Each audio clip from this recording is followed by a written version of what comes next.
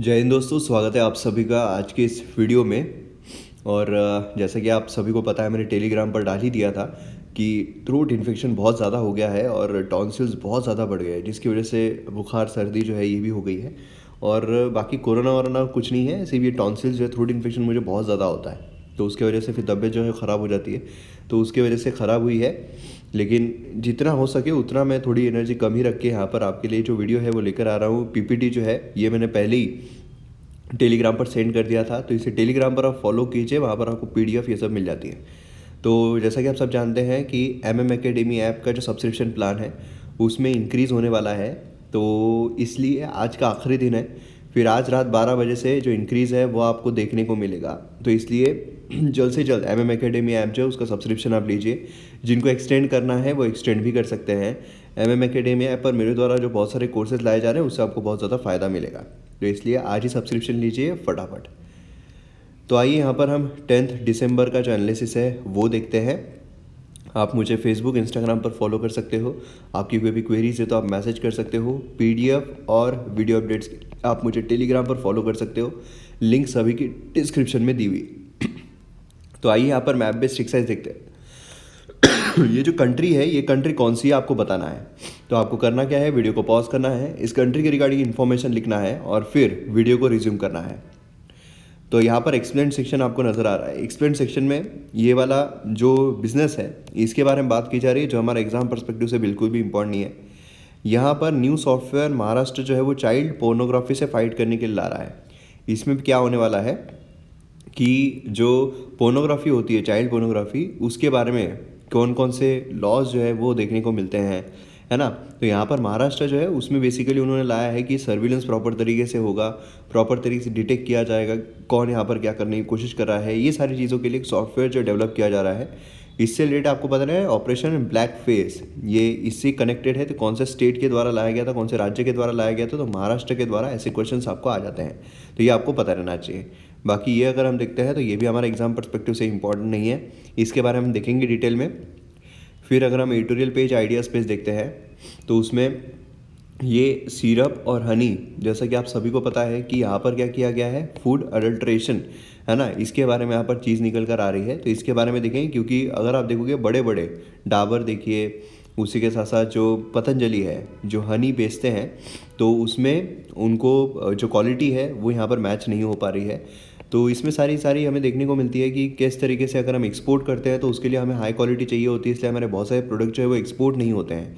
तो फिर हमारे डोमेस्टिक मार्केट में उतनी हम क्वालिटी जो है वो क्यों नहीं देख पा रहे हैं, तो ये सारी चीज़ों के बारे में हमें देखने को मिलता है। बाकी यहाँ पर अगर हम देखते हैं पब्लिक वेलफेयर, उसके बारे में यहाँ पर आंगनवाड़ी, है ना, आंगनवाड़ी, उसके रिगार्डिंग हम शॉर्ट में देखेंगे आंगनवाड़ी क्या होती है ये सब। यहाँ पर फेडरलिज्म, उसके बारे में बात की जा रही है, तो फेडरलिज्म के बारे में आपको यहाँ पर पता रहना चाहिए, तो इसके बारे में हम डिटेल में देखेंगे। बाकी अगर हम देखते हैं तो ये जो चीज़ें हैं ये बाकी एग्जाम पर्सपेक्टिव से इतने इंपॉर्टेंट नहीं है। उसी के साथ साथ द हिंदू अगर हम देखते हैं उसमें भी हमें कोई इंपॉर्टेंट आर्टिकल जो है वो देखने को नहीं मिल रहा है। ये वाला जो है न्यूट्रिशन बेस्ड, ये हमने 9 नवंबर के वीडियो में कवर किया हुआ है। इससे देखिए क्या होता है, यूपीएससी बोलिए, कोई भी स्टेट पीएससी बोलिए, साल भर के जो करंट अफेयर्स है वो पूछते हैं, है ना। साल भर के बोलिए 1 या 2 साल के करंट अफेयर्स जो है वो पूछते हैं। इसीलिए कोई भी करंट अफेयर पुराना नहीं होता है। तो अगर आप अभी भी शुरुआत कर रहे हो, अभी भी अगर आप दिन के मतलब नवंबर के अगर आप न्यूज़पेपर एनालिसिस देखते हो तो वो भी सही है, वो भी आपने देखना है, ठीक है। बाकी यहाँ पर ये वाला भी आर्टिकल इम्पोर्टेंट नहीं है। ये भी जो है क्वार्टरली ग्रोथ, ये फिर से वही बात की गई है ना, जो हमें इकोनॉमिक्स वगैरह में देखने को मिलता है। वेनेजुएला के बारे में यहाँ पर बात की जा रही है और यहाँ पर बात की जा रही है ऐसी ही, ठीक है, जो एग्जाम पर्सपेक्टिव से इतना इंपॉर्टेंट नहीं है। तो इस तरीके से हमें टोटल आर्टिकल्स देखने को मिल रहे हैं। तो जैसा कि मैंने एमएम एकेडमी ऐप के बारे में ऑलरेडी बता ही दिया है, तो एमएम एकेडमी ऐप डाउनलोड कीजिए, आज की लास्ट डेट है, उसके बाद प्राइजेस जो है वो इंक्रीज़ होने वाले हैं। तो आइए यहाँ पर फर्स्ट आर्टिकल पर आते हैं। फेटलिज्म के बारे में बात की जा रही है, हु वांट्स फेटलिज्म। तो आज काफ़ी मुझे खुद रिकॉर्ड करने में अच्छा नहीं लग रहा है कि इतनी कम एनर्जी जो है उसके साथ रिकॉर्ड करना पड़ रहा है, लेकिन क्या करूँ, मजबूरी। अगर मैं ज़ोर से बोलूँगा तो फिर हो सकता है रिकवरी ना हो। रिकवरी ये ज़्यादा इंपॉर्टेंट है ना। मैं सोचा था आज वीडियो बनाऊंगा ही नहीं, लेकिन फिर सोचा कि अगर कल भी अच्छा नहीं हुआ तो क्या 2-2 दिन की गैप पड़ जाएगी। इसलिए जितना जम रहा है, जितना हौले हौले हो पा रहा है, उतना हौले हौले यहाँ पर रिकॉर्ड करने की कोशिश कर रहा हूँ। थोड़ा बियर कर लीजिए, 1 या 2 दिन हो सकता है कि यहाँ पर तकलीफ हो जाए, लेकिन वीडियोस जो है वो तो आ ही रहे हैं एटलीस्ट, मतलब नुकसान नहीं हो रहा है आपका। तो थोड़ा एनर्जी के बारे में थोड़ा कॉम्प्रोमाइज़ कर लीजिए। तो तो यहाँ पर फेडरलिज्म जो है उसकी बात की जा रही है। तो फेडरलिज्म ये हमारे जेएस पेपर 2 के लिए काफ़ी इंपॉर्टेंट है। अगर हम देखते हैं फेडरलिज्म क्या है, ये ऐसे क्वेश्चंस काफ़ी बार एग्जाम में आपको आते हैं मेन से रिलेटेड। तो यहाँ पर अगर आप देखोगे तो हमारे यहाँ पर पार्लियामेंट है, पार्लियामेंट में सेंटर जो है वो हमें देखने को मिलता है ना। सेंटर में अगर आप देखोगे लोकसभा है, राज्यसभा है। अब यहाँ पर ये लॉज जो है, कानून जो है, इनके द्वारा बनाए जाते हैं। उसी के साथ साथ पार्लियामेंट के अंडर में हमें अलग अलग जो स्टेट्स है, यूनियन टेरिटरीज है, केंद्र शासित प्रदेश, ये सब देखने को मिलते हैं। और इनको भी पावर है, इनको भी पावर है। मतलब कि कैसा है कि हमारे यहाँ पर जो सेंटर है उनके पास तो पावर है ही कानून बनाने के, लेकिन राज्य सरकार है जो, उनके पास भी पावर है कानून बनाने के, टैक्सेस, पैसा इकट्ठा करने की। तो इसीलिए वहाँ पर हमें फेडरलिज्म जो है ये हमें देखने को मिलता है। मतलब हमारे यहाँ पर अगर देखा जाए तो हमें फेडरलिज्म देखने को मिलता है। लेकिन हमारे यहाँ पर क्या स्ट्रिक्ट फेडरलिज्म है? स्ट्रिक्ट फेडरलिज्म का मतलब क्या है कि प्रॉपर तरीके से यहाँ पर जो सेंटर है वो स्टेट के अंदर नहीं घुस सकता है, स्टेट के पास अपनी अलग पावर है। क्या ऐसा है? जी नहीं। हमारे यहाँ पर ऐसा है कि सेंटर जो है उसको कभी कभार ऐसी पावर मिल जाती है कि वो स्टेट के अंदर भी घुस सकता है। अब ये जो पावर हमें यहाँ पर देखने को मिल रही है जो राज्य सरकारों को दी गई है, कौन से बेसिस पर है? तो हमारे यहाँ पर जो 7th शेड्यूल है हमारे संविधान का, उसमें हमें लिस्ट देखने को मिलती है। यूनियन लिस्ट है, स्टेट लिस्ट है एंड कॉन्करेंट लिस्ट है। यूनियन लिस्ट में वो सब्जेक्ट्स है जिस पर एक्सक्लूसिवली जो केंद्र सरकारें हैं वो लॉज बना सकती है। स्टेट लिस्ट में वो सब्जेक्ट्स है जिस पर एक्सक्लूसिवली जो राज्य सरकारें हैं वो लॉज बना सकती है। और कॉन्करेंट लिस्ट में वो सब्जेक्ट्स है जिस पर दोनों ही सरकारें, मतलब भले वो केंद्र सरकार हो या फिर राज्य सरकार हो, दोनों ही सरकारें वहाँ पर लॉज बना सकती है। अब प्रॉब्लम क्या आता है? प्रॉब्लम ये आता है कि कॉन्करेंट लिस्ट में दोनों ही लॉज बना सकते हैं। तो फर्ज कीजिए कि अगर राज्य सरकार ने कोई लॉ बनाया है, ठीक है, अब उसी पर बेस्ड राज्य सरकार ने लॉ बनाने के ऊपर ही केंद्र सरकार जो उन्होंने भी लॉ बनाया, सेम लॉ बना दिया। इन्होंने बोला हंसने के ऊपर 10 रुपये टैक्स, इन्होंने बोला हंसने के ऊपर 20 रुपये टैक्स। तो अब यहाँ पर किसका लॉ प्रिवेल करेगा? किसकी यहाँ पर सुनी जाएगी? केंद्र की सुनी जाएगी, ठीक है। तो इस तरीके से जब भी कोई फाइट होती है कॉन्करेंट लिस्ट में कि कौन प्रिवेल करेगा, तो हमेशा जो केंद्र है वही प्रिवेल करता है ना। एक अपवाद है, क्या आप मुझे एक अपवाद बता सकते हो? वो अपवाद ये है कि अगर स्टेट ने कोई लॉ पास करने की कोशिश की है और उस पर अगर प्रेसिडेंट, क्योंकि क्या होता है जो स्टेट है, स्टेट लेजिस्लेचर अगर कोई बिल पास करता है तो एसेंट के लिए कहाँ जाता है? गवर्नर के पास। लेकिन गवर्नर के पास ये पावर होती है कि वो राष्ट्रपति के लिए भी उसे प्रिजर्व कर सकता है। तो अगर राष्ट्रपति ने उसको अनुमति दे दी है, राष्ट्रपति ने अगर उसको अनुमति दी, मतलब यहाँ पर ये जो राज्य सरकार ने 10 रुपये टैक्स लगाया है, इसको अगर राष्ट्रपति ने अनुमति दी हुई है, राष्ट्रपति ने अगर साइन किया, एसेंट दी हुई है, तो फिर यहाँ पर केंद्र लाएगी तो ये लागू नहीं होगा, है ना। ये हमने हमारे पॉलिटिकल लेक्चर्स में कवर किया। इतना माइन्यूट डिटेल से हमें पढ़ाई करना पड़ता है। तो ये चीज़ हमें यहाँ पर देखने को मिलती है। लेकिन बाकी अगर हम देखते हैं तो यूनियन जो है वही यहाँ पर प्रिवेल करता है, जो यूनियन रहेगा वही यहाँ पर प्रिवेल करेगा। उसी के साथ साथ जब जो स्टेट्स है, 2 या उससे ज़्यादा स्टेट्स अगर मिलके पार्लियामेंट को बोलते हैं कि हमारे जो स्टेट लिस्ट में जो नाम दिए गए हैं, जो लॉज दिए गए, उस पर आप कुछ कानून बनाइए, तो उस पर भी बना सकती है पार्लियामेंट, है ना। जो राज्यसभा है वो भी यहाँ पर ऐसा कोई प्रावधान कर सकता है जिससे कि जो स्टेट लिस्ट है उसमें जो चीज़ें हैं वो बदला जा सके। इमरजेंसी प्रोविजंस अगर होते हैं, अगर इमरजेंसी लगती है तो उस कार्यकाल में भी यहाँ पर जो यूनियन है उसके पास पावर आ जाती है कि स्टेट लिस्ट में जो सब्जेक्ट है उस पर लॉज बनाए। तो मतलब क्या है, हमारे यहाँ पर यूनियन जो है वो ज़्यादा स्ट्रांग हमें देखने को मिलता है। मतलब हमारे यहाँ पर जो फेडरलिज्म है वो स्ट्रिक्ट फेडरलिज्म नहीं बल्कि कॉसी फेडरलिज्म हम यहाँ पर बोल सकते हैं।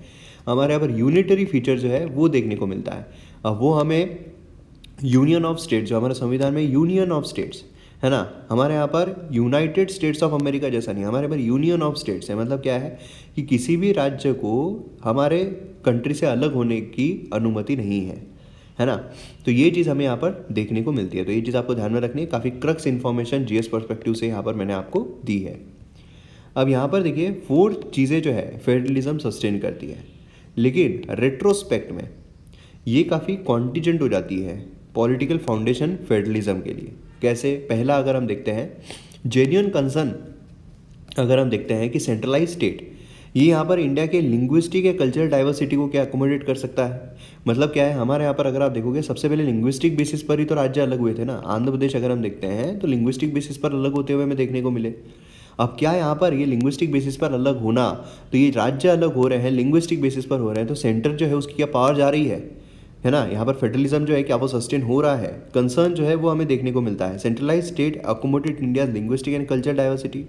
स्टेट रीऑर्गेनाइजेशन एक्ट यहाँ पर एंड दी कॉम्प्रोमाइजेस इस इशू पर language was victory for federalism. कैसे? इसने अलाउ किया कि फेडरलिज्म जो है उसको यहाँ पर लिंग्विस्टिक डाइवर्सिटी को एकोमोडेट कर सके। अब यहाँ पर देखिए क्वेश्चन, जब मैंने आपको मेंस आंसर राइटिंग का कोर्स लिया था, मेंस आंसर राइटिंग के कोर्स में हमने अलग अलग शब्द के बारे में देखा था, उसमें मैंने आपको एक वर्ड, ये क्वेश्चन जो है वो फ्रेम करने के लिए बताया था कि जो लिंग्विस्टिक डाइवर्सिटी है ये फेडरलिज्म को क्या प्रमोट करती है, यूनिटी इंटीग्रिटी को क्या प्रमोट करती है ना। लेकिन आयरोनिकली यहाँ पर क्या हमें देखने को मिल रहा है, इट इज़ प्रिसाइजली क्योंकि जो इशू है वो डिफ्यूज़ किया गया, जो कॉम्प्रोमाइजेस है, क्योंकि ये क्या है, इंडिया के पॉलिटिक्स में एक पोटेंट फोर्स जो है वो नो लॉन्गर पोटेंट फोर्स। दूसरा अगर हम देखते हैं अंडरपिनिंग जो यहाँ पर फेडरलिज्म का है, actual distribution of political power, जो पॉलिटिकल पावर की डिस्ट्रीब्यूशन है। अब देखिए सेंटर में बीजेपी है, अब ऐसे राज्य जहाँ पर बीजेपी की सरकार है तो वो जो केंद्र सरकार डिसाइड करेगी वो उसी तरीके से बर्ताव करेंगे, है ना, और जो अपोजिशन में है वो अपोज वहाँ पर करेंगे। मतलब बेसिकली क्या हो रहा है, जहाँ जहाँ पर बीजेपी की सरकार है वहाँ पर हमें क्या देखने को मिल रहा है, वहाँ पर जो सेंटर है उन्हीं का रोल देखने को मिल रहा है। जो कोएलिशन गवर्नमेंट है उनका अगर राइज हो रहा है, इकोनॉमिक लिबरेशन हो रहा है, रीजनल पार्टीज़ यहाँ पर उभर कर आ रही है ना, तो ये क्या हो रहा है, ये ग्राउंड दे रहा है पॉलिटिकल फेडरलिज्म को। मतलब बेसिकली क्या हो रहा है कि यहाँ पर जैसे महाराष्ट्र में अगर आप देखोगे तो रीजनल पार्टी जो है शिवसेना, उनका यहाँ पर रोल चल रहा है, जो कि यहाँ पर पहले कोएलिशन में थी बीजेपी के लेकिन अब नहीं है। तो ऐसे सिनारियों में अब क्या हो रहा है, यहाँ पर महाराष्ट्र अपने इससे कर रहा है, ऐसा नहीं कि सेंटर के दबाव में आके जो कुछ भी हो रहा है, ठीक है। उसी के साथ साथ पॉलिटिकल फेडरलिज्म जो है क्वाइट यहाँ पर कंपेटेबल है with the financial administrative and centralisation, क्योंकि यहाँ पर पैसों की ज़रूरत तो पड़ती है, कितना भी कुछ हुआ सेंटर को पैसा देना पड़ता है, और स्टेट जो है उनको भी अगर कुछ करना है तो उनको पैसों की ज़रूरत पड़ती है। हालांकि उनको टैक्स लेने की अनुमति दी गई है, लेकिन जैसे जीएसटी हुआ, जीएसटी जो है अब वो पूरे मतलब पूरे देश में एक ही लागू हो गया, ऐसा नहीं कि अब अलग अलग राज्य अलग अलग अपना जीएसटी लगा रहे हैं, ये एक हमें देखने को मिल रहा है ना। तो बेसिकली क्या है कि फ्रेगमेंटेशन ऑफ पावर जो है इफेक्टिवली यहाँ पर है कि हर राज्य जो है वो यहाँ पर कुछ चीज़ों के लिए बार्गेन कर सके, है ना।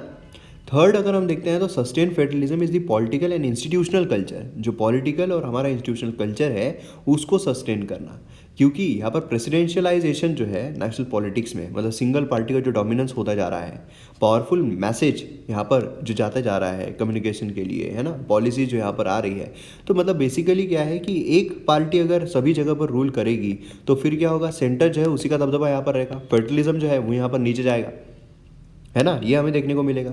बाकी अगर हम देखते हैं source of institutional culture might भी सुप्रीम कोर्ट, सुप्रीम कोर्ट जो है वो यहाँ पर देखेगा क्या है कि यहाँ पर सेंटर ने कोई लॉ लेकर आ गया जहाँ पर फेडरलिज्म की ज़रूरत है, मतलब जो अलग अलग राज्य है उनकी अनुमति की ज़रूरत है, और सभी इस पर अगर बीजेपी का राज है तो वो बिल जो है कॉन्स्टिट्यूशनल अमेंडमेंट एक्ट जो है वो तो पास हो जाएगा, लेकिन फिर उस पर नज़र रखने के लिए, क्योंकि यहाँ सिंगल पार्टी की मेजोरिटी हो रही है, फेडरलिज्म जो है वो तो खत्म होता जा रहा है, तो फिर क्या है यहाँ पर रखने के लिए जो सुप्रीम कोर्ट है वो अदा कर सकता है, लेकिन कोर्ट जो है वो भी सिर्फ क्या कर सकता है, यहाँ पर जो लॉ है उसके तहत देख सकता है ना। तो ये कुछ प्रॉब्लम्स हमें देखने को मिलते हैं। चौथी अगर हम देखते हैं that sustained federalism was what Louise Tillin, ये ब्रिलियंटली एनालाइज किया है असिमेट्रिकल फेडरलिज्म, असिमेट्रिकल फेडरलिज्म। लेकिन असिमेट्रिकल फेडरलिज्म अगर हम देखते हैं ये 3 प्रेशर से गुजरता है, जैसे कि फॉर कश्मीर अगर हम देखते हैं असिमेट्रिकल फेडरलिज्म जो है वो as a source not a resolution security threat के लिए, सिक्योरिटी थ्रेट के लिए एज अ सोर्स है, रिजोल्यूशन नहीं है।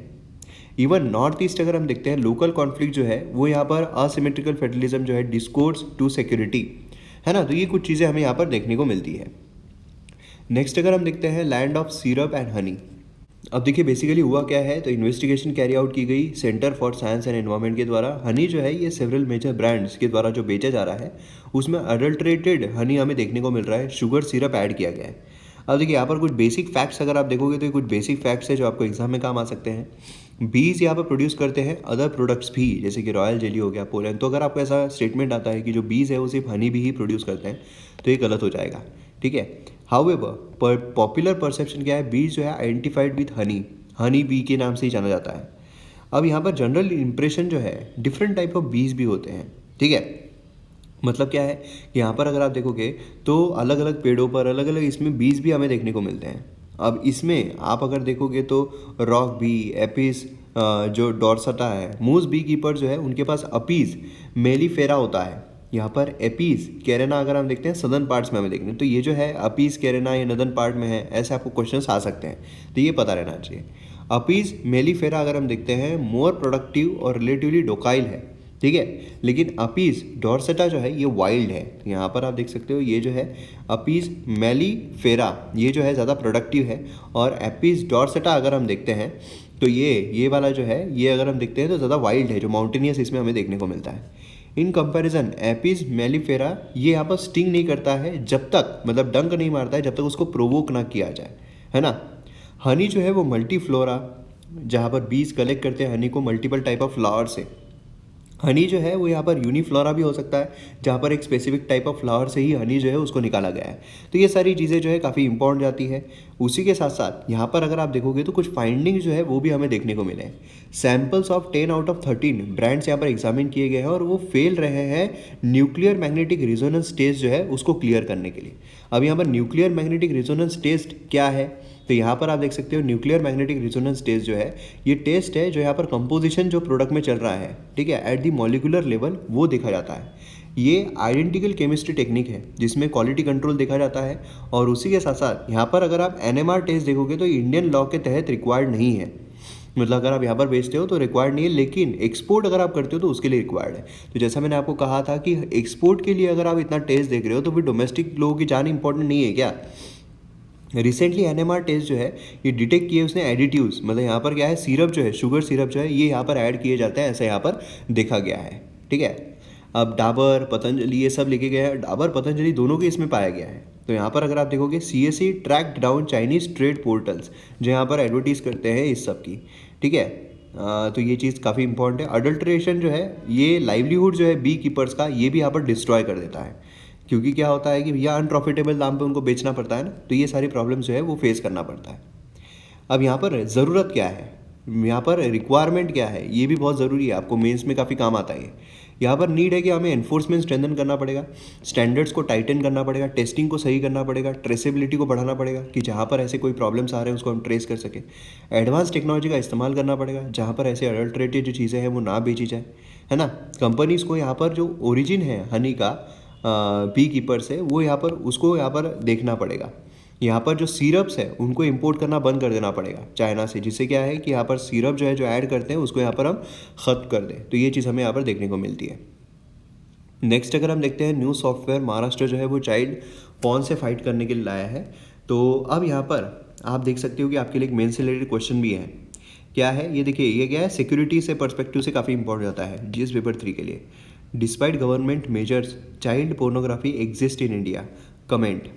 अभी आज जो MM एकेडमी ऐप पर एक आंसर राइटिंग का जो वीडियो है वो आने वाला है, और उसमें इसी तरीके का एक है जहाँ पर हमने ढांचा बनाया हुआ है। यहाँ पर एक ढांचा आपको देखने को मिलेगा, मैंने आपको ढांचा ही दे दिया है। वहाँ पर पॉवर्टी पे अगर कोई भी किसी भी तरीके का क्वेश्चन आता है तो आप उस ढांचे में बिठाकर सीधा आप आंसर जो है वो लिख सकते हो। तो ये उसी ढांचे के टाइप का एक क्वेश्चन मैंने आपको यहाँ पर दिया है। तो ये भी क्वेश्चन जो है एक ढांचे में बैठेगा, ये हम हमारे आंसर राइटिंग का जो कोर्स है MM एकेडमी ऐप पर उस पर डिस्कस करेंगे। उसमें मैं आपको पूरा ढांचा बना दूंगा कि अगर यहाँ पर कोई भी इंटरनल सिक्योरिटी से रिलेटेड, ठीक है, या फिर पोर्नोग्राफी से रिलेटेड, या फिर जो छोटे बच्चे होते हैं उनके जो भी अब्यूज़ है उससे रिलेटेड कोई भी क्वेश्चन आए तो आप ढांचे में बिठाकर सीधा उसका जवाब दे दो, ठीक है। यहाँ पर इम्पैक्ट जो है चिल्ड्रन पर क्या होता है इसके बारे में बात की गई है। तो इस आर्टिकल में ज़्यादा कुछ नहीं है, मगर यहाँ पर जो वीडियो में मैंने आपके लिए दिया है इसमें बहुत कुछ है। जैसे कि यहाँ पर जो है एक बिल जो है वो हमें देखने को मिला है। डेफिनेशन जो है चाइल्ड पोर्नोग्राफी किया गया है visual depiction of sexual explicit conduct जिसमें चाइल्ड जो है वो इन्वॉल्व है, उसकी फोटोग्राफी, वीडियो, डिजिटल या कंप्यूटर जनरेटेड इमेज कुछ भी अगर होता है तो ये चाइल्ड पोर्नोग्राफी में आएगा। अब इसमें आप देखोगे अगर एक्ट पेनलाइज करता है अगर आप पोर्नोग्राफिक मटेरियल को स्टोर भी कर रहे हो कमर्शियल पर्पस के लिए, ठीक है। पनिशमेंट क्या है, 3 साल तक की पनिशमेंट है या फाइन है या दोनों हो सकता है। अब ये जो बिल है इसने यहाँ पर 3 से 5 साल इंक्रीज कर दिया है, ठीक है। और यहाँ पर क्या किया है, पोर्नोग्राफी मटेरियल जो है जिसमें बच्चे इन्वॉल्व है उसके स्टोरेज के बारे में भी और बोला गया है कि फेलिंग टू डिस्ट्रॉय डिलीट अगर नहीं किया गया है जिसमें बच्चे जो है वो इन्वॉल्व है, या फिर अगर ट्रांसमिट कर रहा है, डिस्प्ले कर रहा है, डिस्ट्रीब्यूट कर रहा है ऐसे मटेरियल, है ना, तो फिर यहाँ पर क्या होगा, इसको यहाँ पर जो सज़ा है वो दी जाएगी। यहाँ पर आप पनिशमेंट देख सकते हो, पॉस्को एक्ट के तहत है, यहाँ पर 2019 का बिल है, मैक्सिमम 5 ईयर्स, यहाँ पर मिनिमम 5 ईयर्स, यहाँ पर मिनिमम 5 ईयर्स है ना, कम से कम 5 साल तो मिल ही जाएगा। यहाँ पर मिनिमम 10 ईयर्स है अगर यहाँ पर पोर्नोग्राफिक पर्पस, यहाँ पर पेनिट्रेटिव सेक्सुअल असॉल्ट अगर होता है तो मिनिमम 10 ईयर्स है। यहाँ पर minimum 10 years in the case of child below 6 to 20 years, maximum life imprisonment है, यहाँ पर भी मैक्सिमम लाइफ इंप्रिजनमेंट है। ठीक है, तो यहाँ पर आप पनिशमेंट कौन कौन सी है वो सब देख सकते हो। फिर उसके बाद यहाँ पर लॉ जो है पोर्नोग्राफी से रिलेटेड इंडिया में अगर हम देखते हैं तो यहाँ पर वॉचिंग पोर्नोग्राफी को कोई भी यहाँ पर लॉ नहीं है पर्सनल स्पेस में, पब्लिक स्पेस में नहीं। ऐसा आप ट्रेन में जा रहे हो वहाँ शुरू हो गया, आवाज़ आ रही है जोर जोर से, हाँ वो ऐसा नहीं। तो यहाँ पर पर्सनल स्पेस में अगर आप देख रहे हो, खुद के स्पेस में अगर आप देख रहे हो, तो फिर यहाँ पर ऐसा कोई जो प्रॉब्लम है वो नहीं होता है। ठीक है, और सुप्रीम कोर्ट का ऑर्डर आया था, उसके तहत डिपार्टमेंट ऑफ टेलीकम्युनिकेशन ने यहाँ पर सेवरल वेबसाइट जो है वो भी बैन कर दिए थे जहाँ पर चाइल्ड पोर्नोग्राफिक मटेरियल जो है वो हमें देखने को मिलता है। As per the information technology act ये पनिशेबल है कि आप पोर्नोग्राफिक कंटेंट जो है वो बच्चों को दिखाओ। ठीक है, तो ये भी एक ऑफेंस है। इम्पैक्ट अगर हम देखते हैं पोर्नोग्राफी का चाइल्ड और सोसाइटी पर, साइकोलॉजिकल इम्पैक्ट बहुत बड़ा होता है, बहुत गहरा होता है ना। ये एसोसिएटेड है डिप्रेशन से, एंगर से, एंजाइटी से, ये सब चीज़ें हमें यहाँ पर देखने को मिलती है। सेक्सुअलिटी पर इम्पैक्ट होता है ना।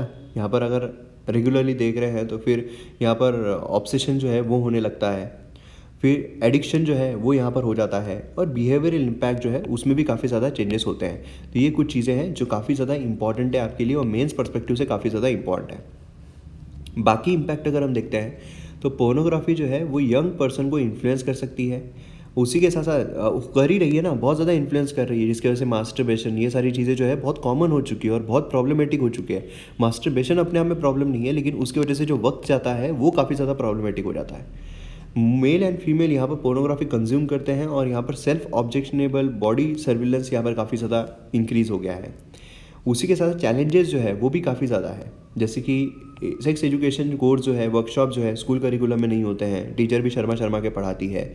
उसी के साथ मतलब ये छोड़िए यार, मतलब जो मेंस्ट्रुअल साइकिल होती है, पीरियड्स होते हैं, उसके बारे में इंफॉर्मेशन नहीं दी जाती है, उसके बारे में बात नहीं की जाती है, तो फिर क्या ही इसके बारे में बात की जाएगी। इंडिया में अगर हम देखते हैं तो नेगेटिव पर्सपेक्टिव से देखा जाता है ना, मतलब फैमिली डायलॉग्स में बिल्कुल हेल्दी नहीं समझा जाता है, तो इससे प्रॉब्लम्स क्रिएट होते हैं, क्योंकि फिर बच्चा कहाँ जाएगा, अपने दोस्तों के पास जाएगा, दोस्त तो होते ही है फिर, है ना।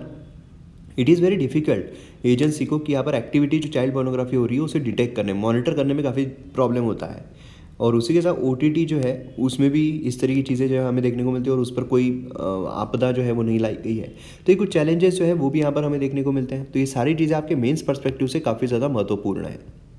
अब यहाँ पर लेजिस्लेटिव मेजर्स अगर हम देखते हैं, क्योंकि ऐसा भी पूछा जाता है गवर्नमेंट ने बहुत सारे मेजर्स लिए गए हैं, तो गवर्नमेंट ने कौन कौन से मेजर्स लिए हैं, तो ये मेजर्स के पर्सपेक्टिव में भी आपको पॉस्को एक्ट, ये सारे एक्ट्स के बारे में पता रहना चाहिए।